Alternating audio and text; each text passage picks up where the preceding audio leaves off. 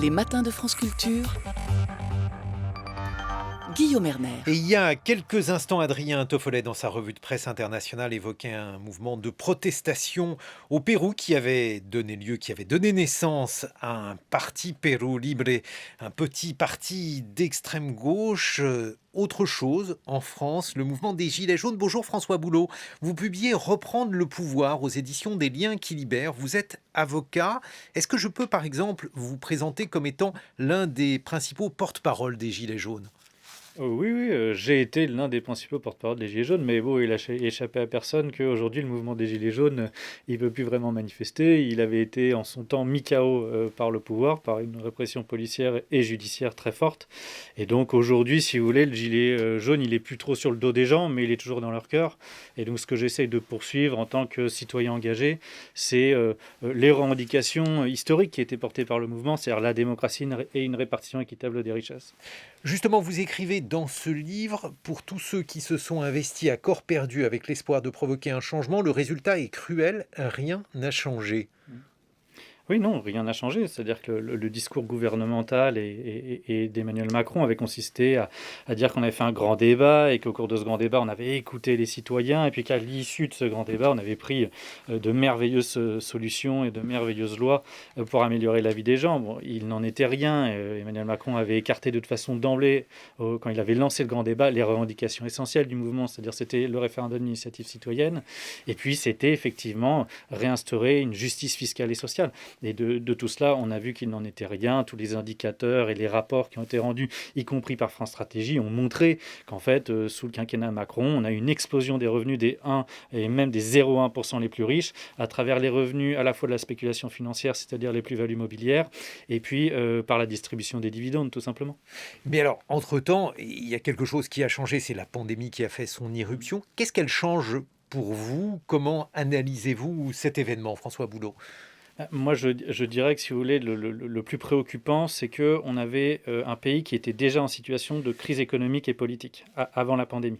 C'est-à-dire que Emmanuel Todd avait fait une analyse dans son dernier livre, Les luttes de classe en France au XXIe siècle, et il prenait l'hypothèse qu'il y avait une baisse du niveau de vie dans notre pays. Les études n'étaient pas encore sorties de la part de l'INSEE. Il se trouve qu'entre-temps, il y en a plusieurs qui sont sorties, qui sont très intéressantes, qui montrent que pour les 10% les moins aisés en France, ils ont connu une baisse de niveau de vie sur la période de 2008 à 2018. Et puis on a une deuxième étude qui montre que sur l'année 2018, c'est 30% des Français qui avaient connu une baisse de niveau de vie. Donc on comprend la naissance du mouvement des Gilets jaunes. On comprend que ce n'était pas seulement un sentiment de baisse de pouvoir d'achat. Non, il y avait effectivement une baisse du niveau de vie. Bon, on arrive dans ce contexte économiquement dégradé et avec des crises politiques, les Gilets jaunes et la grève contre la réforme des retraites, juste avant la pandémie. Bon, c'est à ce moment-là qu'arrive donc la crise du Covid, que personne évidemment n'avait anticipé, qui frappe tous les pays et qui évidemment place les gouvernants en grande difficulté, parce que gérer une crise comme ça, évidemment, ça n'est pas facile. Mais je dirais que pour la France, on a eu du coup une singularité, c'est que comme on avait un pouvoir qui était assez largement discrédité, dans une partie en tout cas de l'opinion publique, il a beaucoup gouverné en accordant beaucoup d'attention à sa communication, et a essayé à chaque fois de ménager la chèvre et le chou, etc. Et ça a amené, me semble-t-il, à beaucoup d'imprécisions, de mensonges, enfin, on l'avait vu sur les masques, en tout cas au moins de maladresse, qui ont fait que petit à petit les gens perdent confiance, parce que vous avez des mesures qui sont très incohérentes. Je ne veux pas revenir dans le détail dessus parce que ça a été commenté, enfin on n'entend que ça depuis un an, donc ça ne sert à rien de rentrer dans le détail. Juste sur un point, François Boulot, les aides qui ont été apportées, le chômage partiel par exemple, est-ce que ça ne signifie pas finalement que l'État a été au rendez-vous, qu'il a été d'ailleurs avec une modification de discours, certains l'ont souligné de la part du gouvernement? Alors, moi, sur les aides de soutien à l'activité économique, je pense que c'est ce qu'il fallait faire. Il n'y a pas de sujet là-dessus, il n'y a pas à critiquer ça. Il fallait évidemment essayer de maintenir les salariés et les entreprises à flot. C'est ce qui a été fait, ça c'est bien. Ce qui m'inquiète en revanche, c'est que du coup, on a alourdi la dette considérablement. Je crois que ça va être au moins aux alentours de 20% d'augmentation du niveau d'endettement public. Et donc, ce qui m'inquiète, c'est comment après on va faire pour régler ce problème-là. Et là, on voit qu'il y a le rapport justement Arthuis qui est sorti et qui préconise une augmentation des mesures d'austérité, c'est-à-dire qu'on ne va pas changer les orientations économiques du pays qui, depuis 30 ou 40 ans, nous envoie dans le mur, avec la baisse du niveau de vie que je décrivais. On ne va pas changer ça. On va continuer à réduire les dépenses publiques dans les hôpitaux, dans l'éducation, dans la justice. On va continuer à baisser les impôts de la production, surtout pour les grandes entreprises du CAC 40, ce qui va augmenter la distribution de dividendes, alors qu'on aurait besoin que l'argent soit plutôt redirigé vers les petites et moyennes entreprises pour stimuler l'activité économique dans le pays. Bref, on va continuer sur les mêmes erreurs et c'est ça qui m'inquiète beaucoup parce que là, le pays va se faire fracasser économiquement et socialement. Mais alors, pour que je vous comprenne bien, ce qui vous soucie, ce n'est pas la dette, ce sont ses modalités de remboursement. Si vous voulez, il faut être clair. La dette, c'est aujourd'hui, dans le discours, je dirais, de la classe politique en général, c'est un argument qui est utilisé pour faire le chantage à la dette. C'est-à-dire que la dette est toujours utilisée pour justifier la réduction des dépenses publiques. Bon. Et on nous dit que la France est en faillite, que c'est le plus mauvais élève de la classe, que les Français, on culpabilise les Français en leur expliquant qu'ils ont vécu au-dessus de leurs moyens. Bon, il faut être sérieux et conséquent 2 minutes. Je veux dire, si vous comparez la dette française avec les autres pays dans le monde, les États-Unis, le Japon, l'Espagne, l'Italie, etc., ils ont des niveaux d'endettement, tous les pays que je viens de citer, supérieurs à la France. C'est-à-dire qu'il faut comprendre qu'en réalité, c'est toute l'économie mondiale qui fonctionne sur l'endettement, notamment l'endettement public, depuis les années 70, depuis qu'on a dérégulé le système monétaire mondial, quand les États-Unis ont décidé de mettre fin unilatéralement aux accords de Bretton Woods. Donc, si vous voulez, ce n'est pas un problème franco-français. Donc, il faut arrêter de nous culpabiliser. Et en fait, dans ce système de dérégulation monétaire, qui à mon avis est très mauvais, parce qu'on a perdu le contrôle d'un élément essentiel de pilotage de l'activité économique, mais je dirais que ça concerne donc tous les pays, il faut essayer de naviguer au mieux en fait, dans ces méandres-là. Donc on n'est pas plus mal que les autres. On a aujourd'hui en fait une dette, c'est quoi ? C'est les marchés financiers en fait, qui nous fixent des taux d'intérêt, puisqu'en fait c'est ça la question, quel va être le coût de notre dette. Et donc les marchés financiers, la monnaie c'est une valeur marchande comme une autre.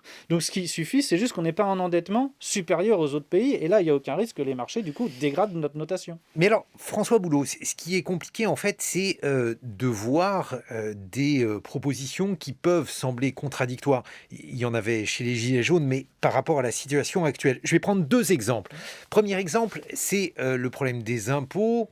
Il y avait à l'origine des Gilets jaunes un sentiment de ras-le-bol fiscal, en tout cas c'est ainsi qu'on pourrait le résumer, vous allez me dire si vous êtes d'accord, et la seule manière d'échapper à l'austérité, ça serait par exemple de modifier l'impôt ou de l'alourdir, c'est le premier problème que je vois. Le deuxième problème que vous abordez dans Reprendre le pouvoir, le livre que vous publiez aux éditions des Liens qui libèrent, François Boulot, c'est la question donc de l'évolution ou de la transition écologique. Et là aussi, on avait la sensation que cette révolte, la révolte des Gilets jaunes, elle était liée à une taxation du diesel qui devait entraîner une transition écologique. Alors, est-ce que vous voulez plus ou moins d'impôts, plus ou moins de transition écologique ? Alors écoutez, déjà je voudrais vous remercier pour vos questions qui sont techniques, qui sont sur l'économie. Et je le dis parce que mon livre, l'une des thèses principales que j'avance, c'est qu'aujourd'hui, on a besoin de s'intéresser à l'économie. L'économie, ça devrait être une formation presque de base de tous les citoyens aujourd'hui dans notre pays. C'est de cette connaissance-là dont on a besoin, elle est indispensable pour pouvoir voter de manière éclairée. Donc je suis vraiment très content qu'on puisse aborder ces questions-là et c'est ce que j'ai essayé de faire dans le livre. Alors je réponds à vos questions. L'impôt, le problème, c'est qu'on voit des contradictions. Là, il n'y en a pas, mais c'est parce qu'on reste sur le plan général. Est-ce qu'il faut plus d'impôts ou moins d'impôts ? On pose toujours la question en ces termes. Bon, moi je dis, posons-la de manière beaucoup plus précise. Qui paye trop d'impôts ? Qui n'en paye pas assez ? Et puis, deuxième série de questions, qui reçoit trop de l'État ? Qui ne reçoit pas assez ? Bon, une fois qu'on a posé ces questions-là, schématiquement, vous avez plutôt 2 approches. La première, c'est celle d'Emmanuel Macron, c'est de dire, moi je vais imposer très fort les classes moyennes et les classes moyennes supérieures, et puis je vais redistribuer au CAC 40 et à leurs actionnaires, c'est-à-dire les 1 ou les 0,1% les plus riches. Redistribuer, vous voulez dire par le biais de la flat tax De la flat tax, du CICE, de la réforme de l'ISF, il a en gros redistribué 30 milliards sur les 1% les plus riches. Bon. Vous interprétez ça comme étant une redistribution puisque c'est une baisse d'impôts. Oui, c'est un jeu de vase communicant, vous voyez, et vous avez tout à fait raison. Et puis, il y a une autre approche qui serait plutôt la mienne, vous voyez, c'est de me dire, écoutez, le CAC 40 et les actionnaires, je pense qu'avec 57 milliards de dividendes, ils gagnent suffisamment d'argent comme ça, donc c'est plutôt eux qu'on va taxer pour redistribuer plutôt aux classes moyennes moyenne, classe populaire et aux petites et moyennes entreprises. Vous voyez, et je crois que c'est ça un sentiment qui est, à mon avis, assez largement partagé dans la société française, c'est que on veut que les gens qui travaillent soient justement rémunérés. Et on veut qu'il y ait, si vous voulez, une notion de mérite, ce qui est le rapport à l'utilité commune de l'article 1 de la Déclaration des droits de l'homme et du citoyen. Et très franchement, des gens qui gagnent même 5 ou 10 000 euros par mois, pour des hauts revenus dans la société, des gens qui apportent 5 ou une vraie 10 000 valeur ajoutée. euros par Comment mois, ce sont Ce sont de très hauts salaires. Ce sont de très hauts salaires. Mais c'est acceptable que les plus hauts salaires soient à 5 ou 10 000 euros par mois, me semble-t-il. En revanche, ce qui est choquant et qui ne peut pas être justifié ni moralement, ni d'un point de vue du bon fonctionnement de l'économie en général, ce sont des rémunérations à 100 000 euros par mois, à 1 million d'euros par mois. Et c'est le cas notamment des dirigeants du CAC 40. Et donc, moralement, ça n'est pas acceptable, mais c'est même parasitaire pour le fonctionnement de l'économie en général, parce que ces gens-là, je veux dire, ils n'ont pas des besoins 1000 fois supérieurs au commun des mortels. Et donc, une fois qu'ils ont acheté, si vous voulez, 3 villas, 5 voitures et puis un jet privé, ils l'épargnent. Et le problème, c'est que cette épargne va aller se placer dans la spéculation financière, qui est aujourd'hui l'endroit où on obtient les meilleurs taux de rendement. Et donc, cet argent est privé à l'économie réelle. Et donc, évidemment, ça appauvrit tout le reste de la société. Sur la question de l'écologie, François Boulot, là aussi, on a affaire à un mouvement des Gilets jaunes. On en reparlera dans une vingtaine de minutes avec Pierre Vermeyren lorsqu'il sera question de la métropolisation. Mais enfin, à l'origine de tout cela, il y avait la hausse du diesel. Le diesel, c'est absolument nécessaire pour tous ceux qui doivent se déplacer à un coût moindre que l'essence. Bref, il y a une sorte de quadrature du cercle. Comment pouvez-vous faire pour essayer de la résoudre ? Je crois que c'est assez simple. Le message qui a été adressé par les Gilets jaunes, effectivement, c'est une colère contre une taxe, mais c'est contre une énième taxe. En réalité, simplement, ils ne pouvaient plus déjà s'en sortir pour beaucoup d'entre eux. Ils n'arrivaient plus à boucler leur fin de mois. Et ils avaient l'impression que la mesure écologique, elle est quand même dirigée contre les plus pauvres, ou en tout cas les classes moyennes, et pas du tout contre les plus riches, contre les grandes entreprises, qui sont celles qui polluent le plus. Je cite une étude du rapport Oxfam dans mon livre qui explique que les riches polluent bien plus que le reste de la société. Je crois que le problème fondamental... Maintenant, ils polluent en Tesla, en voiture électrique. Oui, enfin, ils continuent à prendre l'avion surtout, donc où ils font des dîners encore aujourd'hui dans Paris. Mais, je dirais, sans ministre. Voilà, plus ou moins sans ministre, effectivement, on ne sait plus. Mais non, si vous voulez, la question de l'écologie, il faut être conséquent. Alors, pour le faire accepter aux gens, c'est assez simple.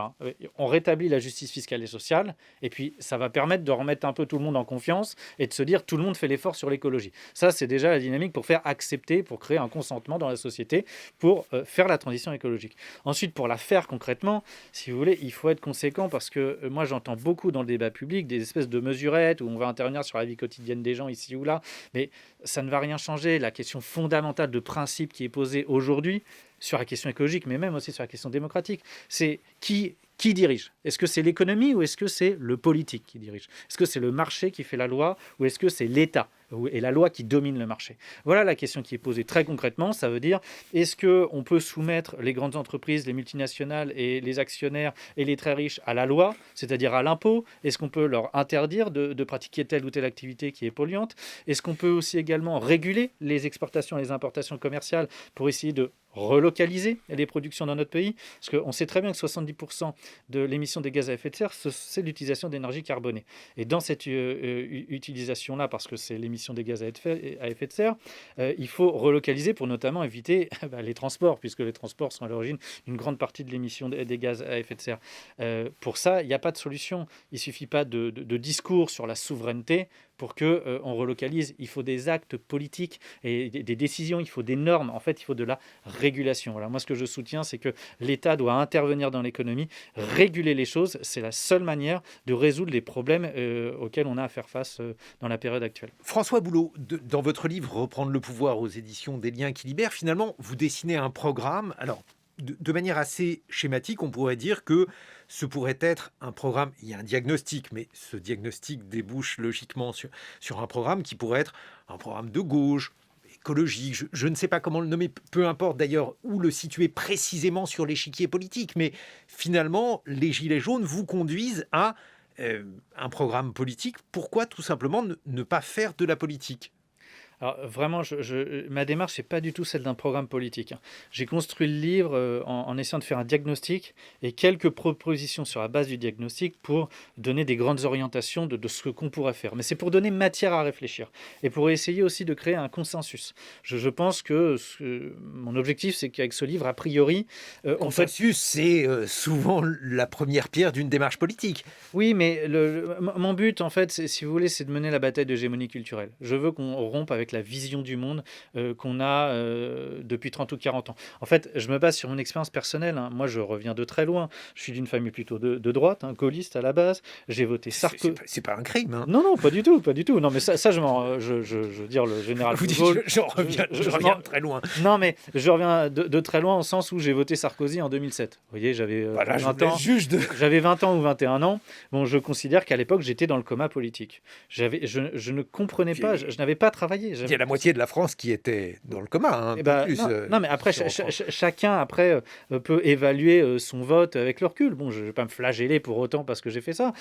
Simplement, je reconnais en toute humilité que j'étais ignorant à l'époque et que j'ai voté sur des critères qui n'étaient pas des bons critères. Je me méprenais tout simplement. Et donc, j'ai travaillé et c'est avec ce travail que je me suis, si vous voulez, sorti de ce coma politique, que j'ai découvert une nouvelle vision du monde, une nouvelle manière d'appréhender le monde.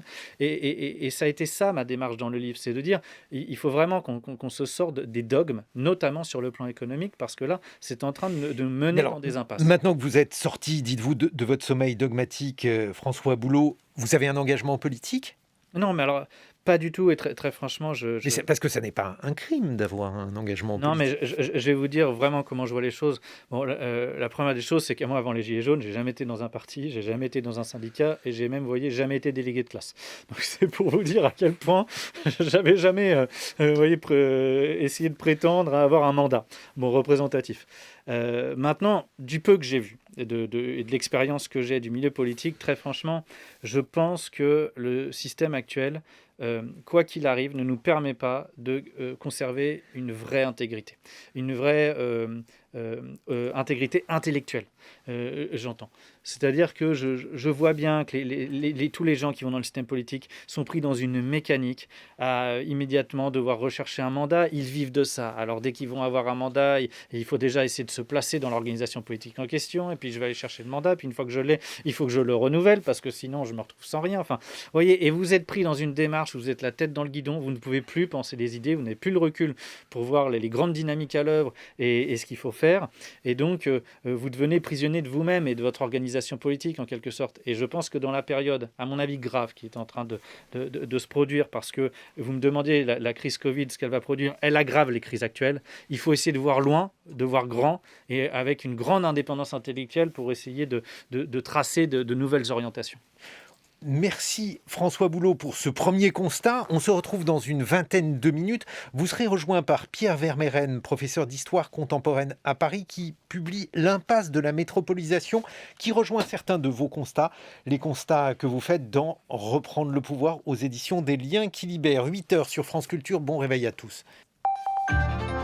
7h, 9h, les matins de France Culture.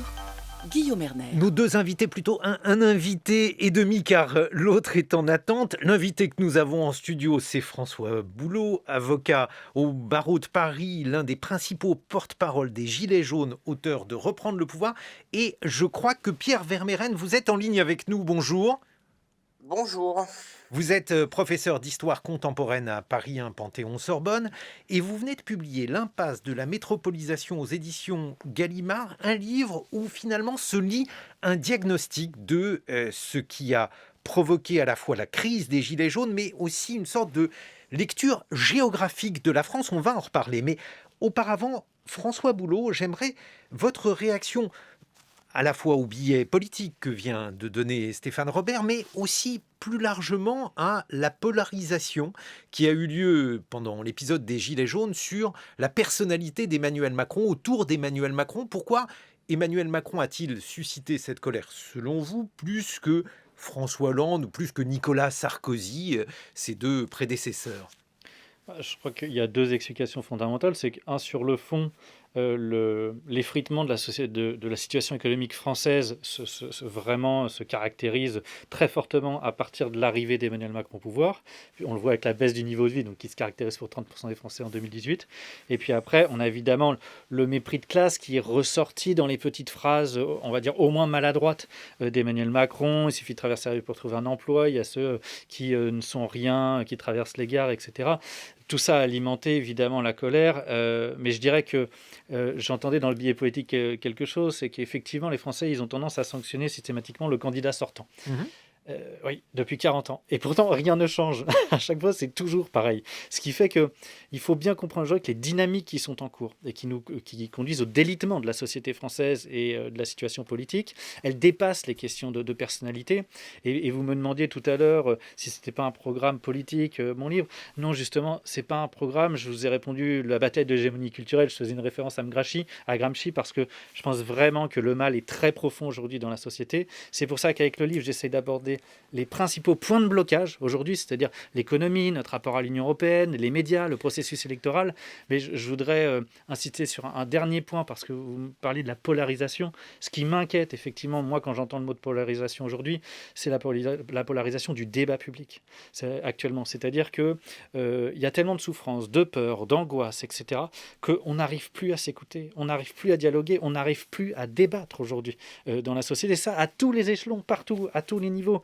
Et ça, c'est vraiment inquiétant. Je conclus le livre là-dessus parce que c'est ce qui neutralise notre capacité à résoudre les problèmes. C'est-à-dire qu'on a plein de problèmes à résoudre, mais si on n'arrive plus à dialoguer, alors on n'arrivera pas à résoudre nos problèmes. Et je veux ajouter quelque chose, parce que ce discours-là, on l'entend bien, c'est que simplement, pour remettre la confiance, ça ne passera pas seulement par de l'honnêteté, ça passe par le fait qu'il faut vraiment que les classes dominantes, là, les élites, ceux qui sont au pouvoir, changent de logiciel. Il faut vraiment redonner du souffle à la démocratie, répartir à nouveau les richesses plus équitablement, envoyer en tout cas des messages forts et prendre des actes concrets pour redonner de la confiance justement, créer de l'apaisement dans la société et on va pouvoir à nouveau dépasser les problèmes en trouvant des compromis.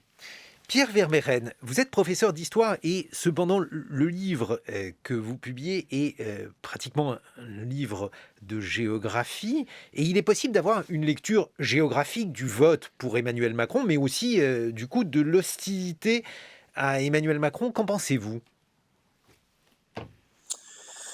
Écoutez, oui, la géographie me paraît ici vraiment un secours important quand on regarde la manière dont s'est réorganisé le territoire français à la fois d'une manière géographique, urbanistique, économique et sociale. Pour la première fois dans son histoire, la France a partagé physiquement, géographiquement ses classes sociales en isolant l'essentiel des cadres et des classes sociales supérieures dans les métropoles. Les métropoles ne représentent que 5% du territoire, mais 40% ou plus de 50% même de la production de richesse. Donc on voit qu'il y a des déséquilibres considérables. Et donc on a deux France. On a cette France des métropoles qui est une France mondialisée, ouverte, et puis une France qui n'a pas choisi, mais qui a été mise à l'écart, dans laquelle la production s'est effondrée. Et donc la production, c'est aussi la production de richesse. Donc les conséquences électorales sont évidentes. On a vu aux dernières élections municipales la question écologiste. On avait vu à la présidentielle le vote des métropoles en faveur d'Emmanuel Macron. Mais à chaque fois, effectivement, la non-reconduite des majorités prouve que les Français malheureux, ou en tout cas perdus, cherchent une solution alternative. Et si je devais essayer de résumer à gros traits votre ouvrage, Pierre Vermeyren, je pourrais dire qu'en fait, il y a trois phénomènes distincts. Le premier phénomène, c'est un vote en faveur d'Emmanuel Macron dans un certain nombre de villes.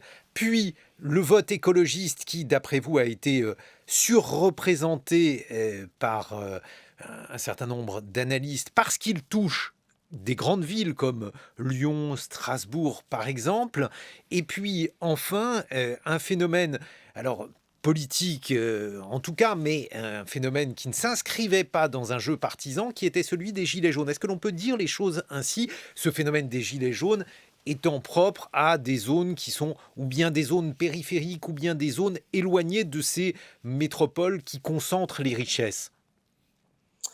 Oui, absolument. Vous savez, les métropoles, c'est 25% ou à peu près de la population. Ça veut dire que les trois quarts de la population n'habitent pas dans ces métropoles. Ce sont les oubliés, hein. Un collègue avait travaillé sur la France périphérique. Moi, je reviens sur les métropoles parce que c'est quand même le cœur du problème, me semble-t-il, du fait de cette concentration dont je parlais.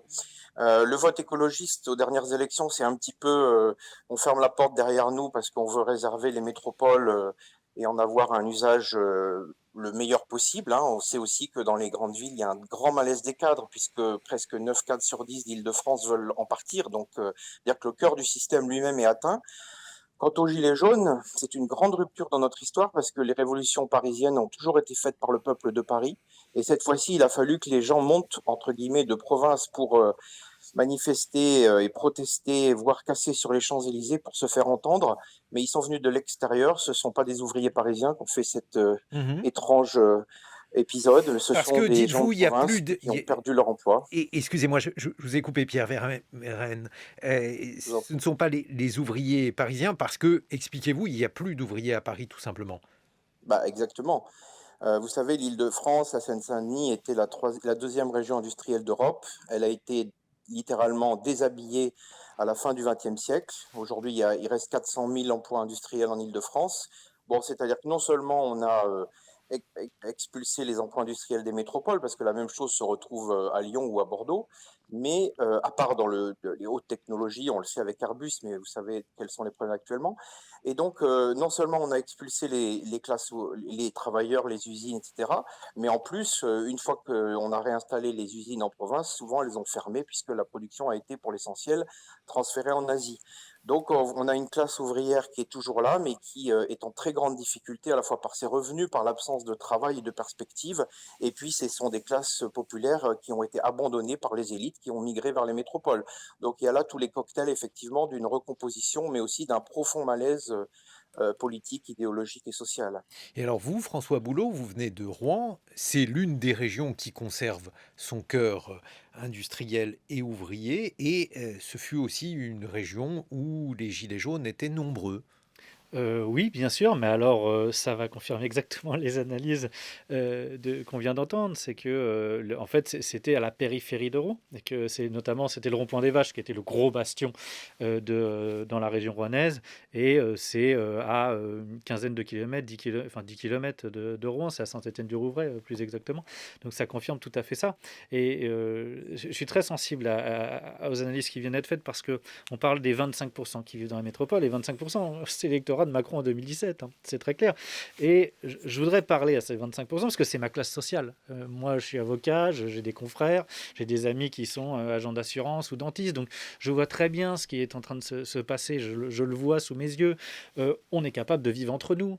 On ne voit jamais les autres de la société. On est dans nos travails respectifs et puis nos loisirs, c'est entre nous. Donc si on veut, on peut se couper totalement du reste de la société. Ce qui est en train de se produire, on parle beaucoup de séparatisme. Là, il y en a un séparatisme pour le coup, social, culturel.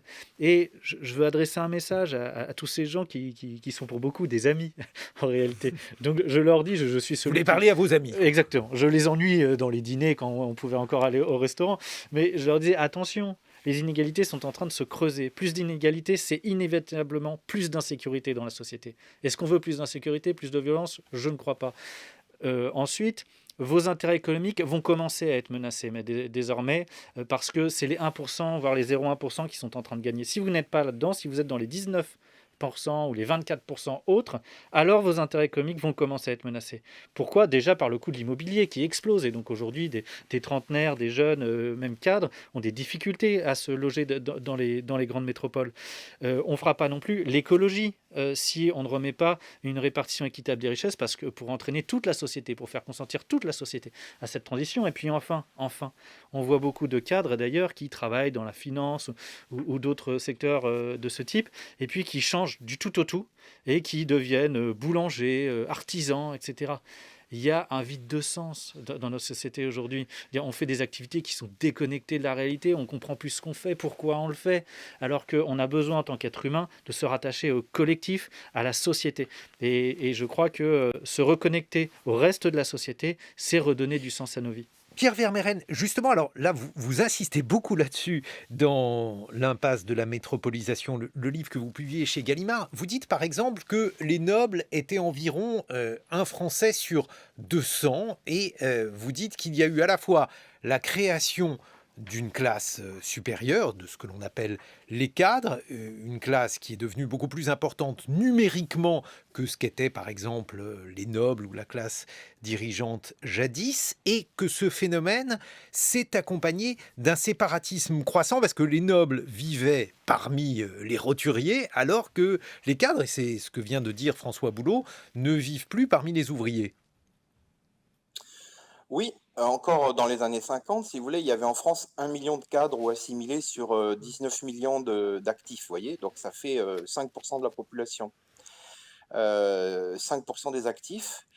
Ces gens-là, ils vivaient, j'allais dire, pas comme le peuple, évidemment, ils vivaient au milieu du peuple, notamment parce que les ingénieurs, les patrons d'usines, les notables divers, les élus, etc., vivaient sur place, le clergé, les médecins, les notaires, bon, tout Les enseignants, le grand changement. Oui, bien vous sûr, rappelez qu'un enseignant, un professeur des écoles comme on dit maintenant, était payé comme un capitaine.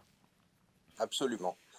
Donc, le résultat de 40 ans de mondialisation, c'est que la nouveauté, c'est la séparation des populations. Aujourd'hui, on a une croissance très importante du nombre de cadres, à peu près aujourd'hui 20% des actifs, vous voyez, avec les familles, donc ça fait un bloc de 10 à 15 millions de personnes, donc une partie non négligeable de la société. Et ces gens-là, ils vivent dans des quartiers, dans des villes homogènes, dans des régions urbaines, hein, comme l'ouest de l'Île-de-France, par exemple. Et donc, il y a une coupure géographique, physique qui s'est faite. Et comme le disait votre invité, il n'y a plus de fréquentation entre les milieux sociaux. Il y a donc une séparation. Et finalement, l'autre, c'est celui qu'on ne connaît pas. C'est pas l'autre à l'autre bout du monde, c'est l'autre à quelques dizaines de kilomètres dans sa banlieue pavillonnaire, dans sa petite ville de province ou dans sa campagne. Vous voyez, la France est coupée comme un 4 quarts. Il y a un quart dans les métropoles, un quart dans les banlieues pavillonnaires, un quart dans les petites villes et un quart dans les campagnes. Et finalement, il y a un quart qui ne connaît absolument pas les autres parce que même les lieux de vacances sont partagés, sont communs dans des... Hmm. Voilà, enfin, donc si vous voulez, c'est une situation totalement inédite et ses répercussions à tout point de vue sont fondamentales. Ça explique beaucoup de choses aujourd'hui et notamment cette crise des Gilets jaunes dont vous parliez. Mais alors, François Boulot, est-ce que justement cette crise des Gilets jaunes, elle a permis de retrouver du collectif? Est-ce que pendant cet épisode-là, il y a eu une sorte de perméabilité ou bien on s'est retrouvé sur un affrontement classe contre classe avec différentes strates d'ailleurs, Paris contre province, un affrontement de ceux qui considéraient comme étant ponctionnés contre le reste de la population. Bref, comment voyez-vous les choses? Ah mais moi je pense que le mouvement des Gilets jaunes a confirmé exactement cette séparation entre globalement 75% de la société française contre les 25%. Dans un sens, dans les... 75%, là pour le coup, les Gilets jaunes étaient moins nombreux que Oui, 75%. oui, mais je fais référence à ce chiffre parce que c'était le soutien qui était exprimé au début du Ouais. mouvement pendant quelques semaines au mouvement. Donc on retrouve cette dichotomie, mais cette dichotomie qui est dans l'esprit des classes moyennes supérieures. C'est-à-dire que c'est les classes moyennes supérieures qui ne voulaient pas soutenir le mouvement des Gilets jaunes parce qu'ils ne veulent pas s'assimiler à ce mouvement, parce qu'il y a, comme le dit Emmanuel Todd, un mépris de classe en fait, qui traverse la société française. Aujourd'hui, on regarde plutôt en dessous en se disant, bon, moi je suis quand même au-dessus de ça, hein. Je le dis dans ma profession, j'ai essayé à l'époque, au début du mouvement des Gilets jaunes, il y avait des assemblées générales parce qu'on luttait contre la réforme de la justice. J'avais essayé de convaincre mes confrères de porter le gilet jaune par-dessus la robe, symboliquement, juste pour montrer qu'on s'alliait, que justement on formait un grand mouvement et que ça allait dans le sens des Gilets jaunes qui disaient on lutte pour un changement de politique dans l'intérêt des 99% de la société française. Et je crois que le blocage effectivement vient de là, c'est qu'on a une classe moyenne supérieure qui ne veut pas se solidariser avec le reste de la société, alors que une grande partie d'entre elles, la très grande majorité, aurait intérêt à un changement de politique, et c'est ça qu'elle ne voit pas, parce qu'elle est, je pense, c'est ma thèse, sous l'emprise des dogmes néolibéraux, économiques, que j'ai essayé de déconstruire, d'en reprendre le pouvoir. Et il y a une analyse, Pierre Vermeyren, dans l'impasse de la métropolisation, du vote écologiste, celui par exemple qui a porté des maires écologistes dans certaines grandes villes de France. Sur quoi repose-t-il selon vous? Alors d'abord, il y a un effet d'optique qu'il faut absolument clarifier, c'est-à-dire qu'il y a eu effectivement une douzaine, 11 ou 12 maires écologistes qui ont été élus, essentiellement dans des métropoles, mais notamment les plus à la mode, entre guillemets, d'entre elles, que ce soit Strasbourg ou Bordeaux ou Lyon. Et finalement, ça concerne très peu de gens. Il y a un effet de loupe, si vous voulez, parce que Vous dans dites les trois quarts 3% du de la pays, population. oui, enfin 3% de la population aujourd'hui est dirigée par un maire écologiste, vous voyez, dans une ville qui vit sous un maire écologiste. Ça veut dire qu'en gros, il y a une énorme stabilité. 99% des maires, en fait, sont toujours à gauche ou à droite, selon les lignes de clivage traditionnelles. Et ce moins de 1% a fait pratiquement toute l'actualité, parce que c'est l'actualité des métropoles. Euh, dans les métropoles, si vous voulez, où le maire écologiste n'a pas gagné, il fait partie de la majorité municipale, on l'a vu à Marseille ou à Paris. Donc, pour la population des métropoles, c'est un événement politique. Pour le reste du pays, ça n'existe pas. Et on retrouve donc ce clivage. Et d'autant plus que la bataille de l'écologie, elle s'est faite au nom de la préservation des intérêts de la population qui vit dans les villes, et alors même que la structure globale de la métropolisation est extrêmement perverse du point de vue de la nature, de l'environnement. Hein. Quand on fait fabriquer pratiquement l'essentiel à l'étranger et souvent en Asie, on se doute bien que les répercussions au niveau écologique sont tout à fait désastreuses. Ne parlons pas du niveau Mmh. social. Donc, il y a là un effet d'optique qui nous a aveuglés et qui fait croire que l'écologie va gagner peut-être la prochaine présidentielle. C'est totalement illusoire. Une dernière chose sur ce que vous disiez précédemment. Dans les métropoles, il y a aussi un autre effet d'aveuglement, c'est que les métropoles, c'est à la fois les classes supérieures, mais ce sont aussi les immigrés, puisque la majorité d'entre eux vivent dans les métropoles, parce qu'il faut bien, entre guillemets, un prolétariat pour faire tourner la machine sur place, les restaurants, les services de toutes sortes. Et là aussi, il y a l'illusion que les classes populaires se résument, les quartiers populaires, comme on dit, se résument à ces quartiers d'immigration, mais ça n'est qu'une toute petite partie du territoire. L'essentiel du territoire échappe, hélas, aux observateurs, puisque l'essentiel des universitaires ou des journalistes dont nous sommes habitent dans les métropoles et ne voient pas, sont aveugles finalement sur l'essentiel du pays. Et alors, ce que vous dites, Pierre Vermeyren, et je vais poser la question à François Boulot, c'est que finalement, ces universitaires, ces journalistes qui habitent les grandes villes, qui sont plus ou moins sensibles aux thèses écologistes, ont pris un certain nombre de décisions. Par exemple, cette taxe sur le diesel, parce que de toute façon, ils n'ont pas de voiture et encore moins des voitures roulant au diesel. François Boulot, ils ont pris ces décisions et ils se sont retrouvés, eh bien, à front renversé par rapport à cette France-là qui utilise le diesel et qui finalement, même si elle n'a pas véritablement de point de vue hostile à l'écologie, ne veut pas subir les conséquences d'une fiscalité, en l'occurrence sur le carburant. Oui, tout à fait. Moi, c'est du coup je valide absolument toutes les analyses qui viennent d'être dites. Ça me paraît limpide, très clair et tout à fait pertinent. Du coup, moi, ce qui m'inquiète, c'est que on a eu les gilets jaunes. Ça a quand même été le point d'occupation majeur, le point d'intention majeur dans le débat public.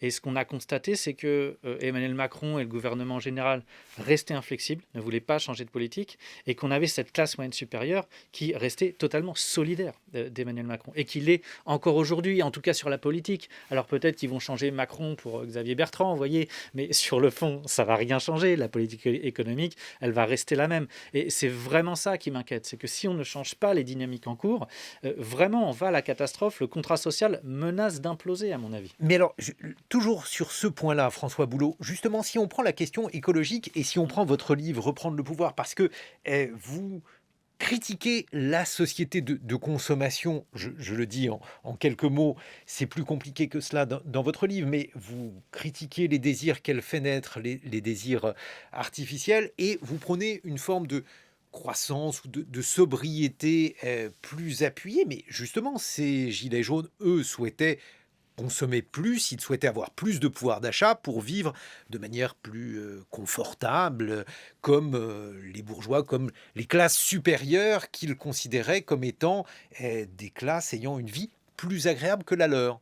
Alors, je ne crois pas que la demande de pouvoir d'achat, elle ait été faite pour acheter un bateau ou acheter des équipements électroniques en masse. Je crois que vraiment, il y a un aspect qui est souvent oublié dans ce que vivent les gens aujourd'hui. C'est une précarité financière ou dans leur travail, mais qui engendre une énorme insécurité psychologique. C'est ça qu'il faut prendre en question, c'est qu'aujourd'hui, avec un chômage de masse auquel on s'est habitué, ce qui est totalement normal dans le fonctionnement d'une société, chômage de masse, il y a des répercussions fondamentales aujourd'hui. La démission n'existe plus aujourd'hui dans notre pays. Comment voulez-vous démissionner si vous perdez votre job? Vous n'avez absolument pas la garantie d'en retrouver un. Ça veut dire que vous acceptez des conditions de travail qui sont délétères. Je suis avocat en droit du travail, je vois l'explosion des burn-out et donc des inaptitudes et des licenciements qui en résultent. Ça veut dire que vous ne pouvez pas négocier vos salaires. Et puis de l'autre côté, évidemment, les chômeurs, ils sont dans une situation de grande précarité. Tout ça induit que pour beaucoup de gens aujourd'hui, ce qu'ils regardent à chaque fois, c'est essayer de protéger leurs intérêts. Pourquoi? Pour ne pas perdre leur maison, pour ne pas se faire expulser, pour pouvoir se loger, nourrir leurs enfants, payer leurs factures. Et ça, si vous voulez, c'est ça qui crée une grande peur dans la société et une envie de changement. Et le problème, c'est qu'on a un blocage. On a un blocage politique parce que pour la classe moyenne supérieure, tout va très bien. Et effectivement, elle peut se concentrer sur les questions écologiques parce qu'elle a le loisir de penser des choses à long terme. Oui, mais attendez, il y a beaucoup de gens pour qui ça ne va pas maintenant, là, à court terme. Donc, il faut absolument changer d'orientation. Oui, mais d'un autre côté, dans les modes de consommation, Pierre Vermeyren, vous vous rappelez d'ailleurs un épisode dans l'impasse de la métropolisation, une série que Le Monde avait consacrée au budget des ménages. Et les réactions des internautes, je crois que c'était un couple habitant à Sens, qui expliquait qu'il avait des dépenses comme par exemple des dépenses d'alimentation pour leur animal domestique et les internautes avaient dit mais comment faire pour être peu à l'aise dans son budget et avoir des animaux domestiques. Et il y avait une sorte de mépris de classe qui était très intéressant dans les réactions des internautes. Oui, alors attendez, vous avez un peu switché parce qu'en fait, c'est pas des animaux domestiques, c'était une famille qui avait 4 enfants. Et Ah non, alors là, cette... effectivement, c'était pas la même Oui, chose oui. du tout. Non, non, c'est pas du tout la même J'ai chose. rassemblé Et deux alors, histoires. oui, tout à fait. Je vois ce que vous voulez dire. Pardonnez-moi. Mais donc, ces pauvres, en fait, avaient eu le malheur d'avoir 4 enfants Ah et oui, ils d'avoir un voulaient budget des serré. vêtements de marque. Voilà. Et si vous voulez, les commentaires odieux qui ont été faits, hein, il y a eu plus de 1000 commentaires odieux sur le site du Monde, qui avaient d'ailleurs été relevés à l'époque, y compris par Le Monde, qui étaient très choqués, parce qu'en disant finalement, mais quand on n'a pas d'argent, on n'a pas 4 enfants. Et là, si vous voulez, il y a, voilà, ça, moi, je dirais tout est dit. D'abord parce qu'il y a un effondrement de la natalité, hein, parce que la vérité, c'est pas que les gens pauvres ont 4 enfants. La vérité, c'est que les gens n'ont plus d'enfants. On le voit chez les jeunes, on le voit dans les classes populaires. Il y avait un effondrement de la natalité partiellement masqué parce que c'est moins pire qu'ailleurs et parce qu'il y a une immigration. Et la bourgeoisie, justement, dans les métropoles, il y a beaucoup d'enfants, paradoxalement, pas au cœur des métropoles, mais c'est le haut et le très bas de la société qui ont beaucoup d'enfants. Mais le milieu, tétanisé, cesse d'avoir des enfants. Et même quand ils en ont, on le voit, eh ben, on leur reproche tout ça. Mais le problème est assez facile à comprendre. C'est qu'aujourd'hui, avec un SMIC et avec un salaire normal, enfin comme beaucoup de gens, un salaire légal, vous ne pouvez tout Hmm. simplement pas vivre et vous êtes obligé de faire des arbitrages entre les vêtements, la nourriture. C'est ça le problème des gilets jaunes, hein. C'est vraiment un problème très concret. C'est pas des consommations luxueuses ou somptuaires, c'est tout simplement la fin de mois. Voilà. Et cette fin de mois, elle n'est pas assurée pour la majorité de la population, elle est ric-rac en permanence. Et donc, c'est vraiment un problème de structure parce que la responsabilité, c'est pas individuel. C'est que quand vous pouvez pas à la fois loger, manger et vous habiller normalement, et évidemment avoir un téléphone portable, parce que ça, vous pouvez pas vous en passer, avec un salaire minimum, bah, il y a un problème. Et ce problème, il est très massif. Un mot de conclusion, François Boulot. Juste pour répondre à la question sur la société de consommation, c'est un constat que je fais. La société est sous l'emprise de la culture de masse et elle fonctionne sur le désir et la frustration. Donc dans ce contexte-là, si vous voulez, créer une explosion des inégalités, ça peut que mettre en colère énormément de gens. Et donc c'est vraiment là où les classes moyennes supérieures doivent comprendre qu'elles ne peuvent pas, se mettre dans la société de consommation, s'y vautrer et l'hyper-individualisme et le luxe, et puis dire, bon, bah, vous les autres, hein, les pauvres, les gueux, vous travaillez, et puis bon, pour vous, le cinéma, hein, vous le méritez pas, quelque part. Vous voyez, c'est pas tenable, en fait. C'est pas tenable, parce que la société de consommation, le désir et la frustration, ça s'impose à nous. Donc ensuite, c'est comment on crée un consensus social pour vivre tous ensemble, tout simplement. 2 livres pour comprendre la France contemporaine. François Boulot, Reprendre le pouvoir aux éditions des Liens qui libèrent et Pierre Vermeyren, L'impasse de la métropolisation chez Gallimard.